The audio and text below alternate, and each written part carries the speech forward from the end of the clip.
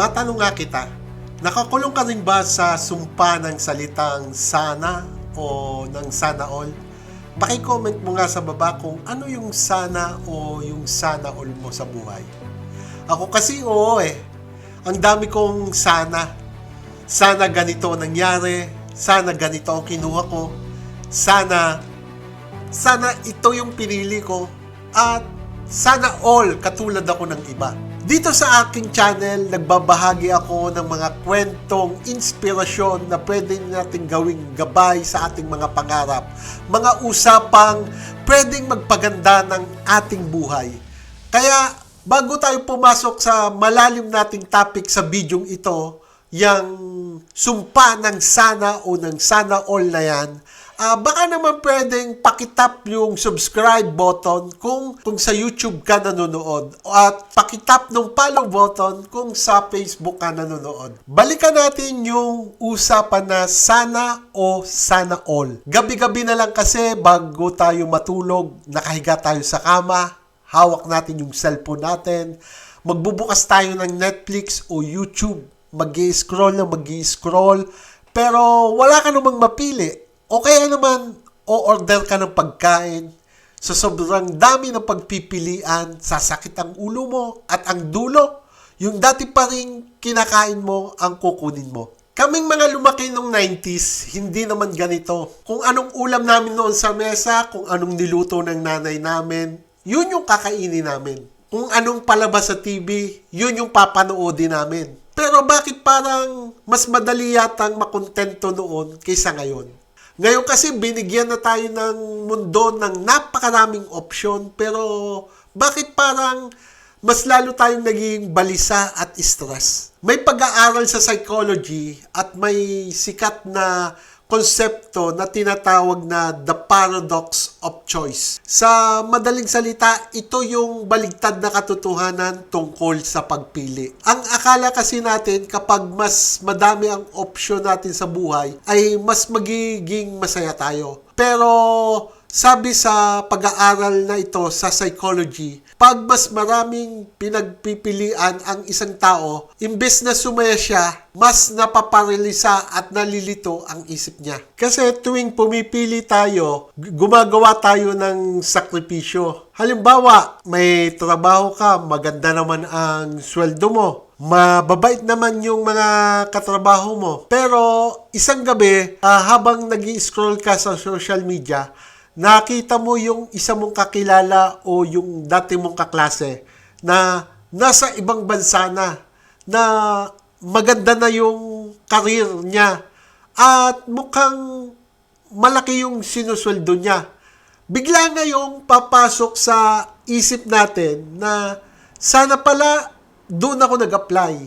O kaya naman, sana pala yun yung kursong kinuha ko noon. Palagi natin kinu-question ang sarili nating mga desisyon kasi alam nating pwedeng may mas magandang option pa sa labas. At kapag nandun ka na sa sitwasyon na yon, hindi mo na na-enjoy kung anong meron ka ngayon. Kasi ang utak mo, busy na sa pag-iisip sa mga bagay na hindi mo pinili. Kahit ngayon, sumasagi pa rin sa isip ko, ano kaya kung nag-business na lang ako, kung yung mga inutang ko ay ipinantayo ko ng business or ikinuha ko ng studio, siguro successful na ngayon ang photography business ko.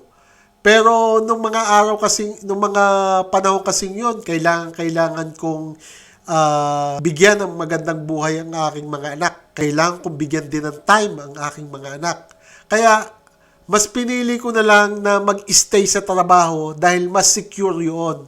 Pero hanggang ngayon, sumasagay pa rin sa isip ko na sana kung pinili ko lang siguro yun, katulad na rin ako ng iba na successful sa photography business. At alam nyo ba kung ano ang nagpalala sa sumpa ng salitang sana at sana all na yan? Walang iba kundi ang social media. Dati ang kinukumpara lang natin sa sarili natin yung mga kapitbahay natin, yung mga ibang membro ng kapamilya natin.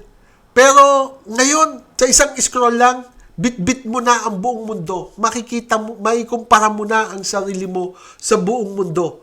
Makikita mo sa mga reels ng mga tao, ng mga ibang tao na nagta-travel sila, mayroon silang magandang bahay, at nakakapagpakita sila ng perpektong buhay. Kaya mapapasana all ka na lang, di ba? Pero nakakalimutan natin na ang social media ay isa lang malaking highlight reel. Ipinapakita lang ng mga tao doon yung mga gusto nilang ipakita. Hindi nila pinapakita yung mga breakdown nila sa gabi or yung mga stress nila o yung talagang malalaking problema nila. Yung iba nga, akala mo napaka-successful talaga pero hindi naman pala gano'ng ka-successful. Kanya-kanya tayo ng timeline, mga kaibigan. Kaya kapag ang totoo mong buhay ay may dumi at hirap, tapos ikinukumpara mo ito sa perfectong post ng iba, talagang talo ka. Pakiramdam mo palagi ka ng huli, pero ang totoo, baka naman hindi ka huli. Baka naman masyado kang nakatitig sa buhay ng iba, kaya hindi mo napapansin na ang ganda na rin pala ng takbo ng kwento mo, magkaiba lang kayo ng pahina. Kaya ang tanong ngayon, paano ba tayo makakawala sa sumpa ng salitang sana o sana all na ito? Paano ba natin babaguhin ang mindset natin para mahanap ang kapayapaan sa gitna ng magulong mundong ito? Gusto kong mag-iwan ng dalawang bagay na pwede natin pag-isipan habang papasok ang bagong linggong ito. Una, tanggapin natin ang limitasyon natin. Huwag nating kuhanin lahat ng oportunidad o lahat ng pagkakataon sa mundo. Hindi mo kayang maging lahat ng bersyon ng sarili mo na naisip mo sa gabi. Kung pinili mong mag-focus sa pamilya mo, okay lang yan. Kung hindi kasing biyahero na katulad ng nakikita mo sa internet. Kung pinili mo namang magsumikap muna sa karir o sa negosyo, okay lang kung hindi mo nagagawa yung mga bagay na nagagawa ng iba. Ang pagpili kasi sa isang landas ay hindi nangangahulugan na nabawasan na ang halaga mo. Ibig sabihin lang nito, pinili mong maging mas malalim sa isang bagay na imbes na maging sabog sa napakaraming bagay. Pangalawa, matuto tayong magsara ng pinto o kaya humindi. Kapag may pinili ka na, panindigan mo. Kapag nagdesisyon ka na, ihinto mo na ang pagtingin sa mga pwedeng nangyari. Ang tunay na kalayaan ay hindi yung kakayahan mong gawin ang lahat, kundi yung lakas ng loob mong pumili ng isa at bitawan yung iba na walang sama ng loob. Ang kapayapaan ng isip ay nasa desisyon mong maging masaya at makontento sa kung anong meron ka ngayon sa harap mo. Bawasan natin ang paglipad ng isip sa mga bagay na wala sa atin at simulan nating pahalagahan at panindigan kung anong meron tayo ngayon. Dahil baka yung buhay na ngayon na kinakatamaran mo ay siya palang buhay na pinapangarap ng iba. Salamat ng marami sa pagsubaybay at sa paglalaan ng oras sa episode na ito. Kung may nakuha ka kahit kaunting inspirasyon o napatitig kayo sa gilid dahil natamaan kayo, pakishare naman ng episode na ito sa isang kaibigan o kapamilya na sa tingin nyo ay kinakailangan din itong marinig ngayon.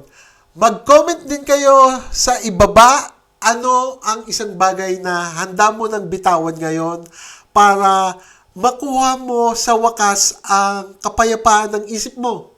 Gusto kong mabasa ang mga kwento ninyo. At syempre, huwag natin kalimutang mag-like, mag-follow at subscribe para updated kayo sa susunod nating kwentuhan. Muli, pananaw ko lang naman, ako si John Anthony Ortega. Hanggang sa susunod na mga videos. Thank you at God bless.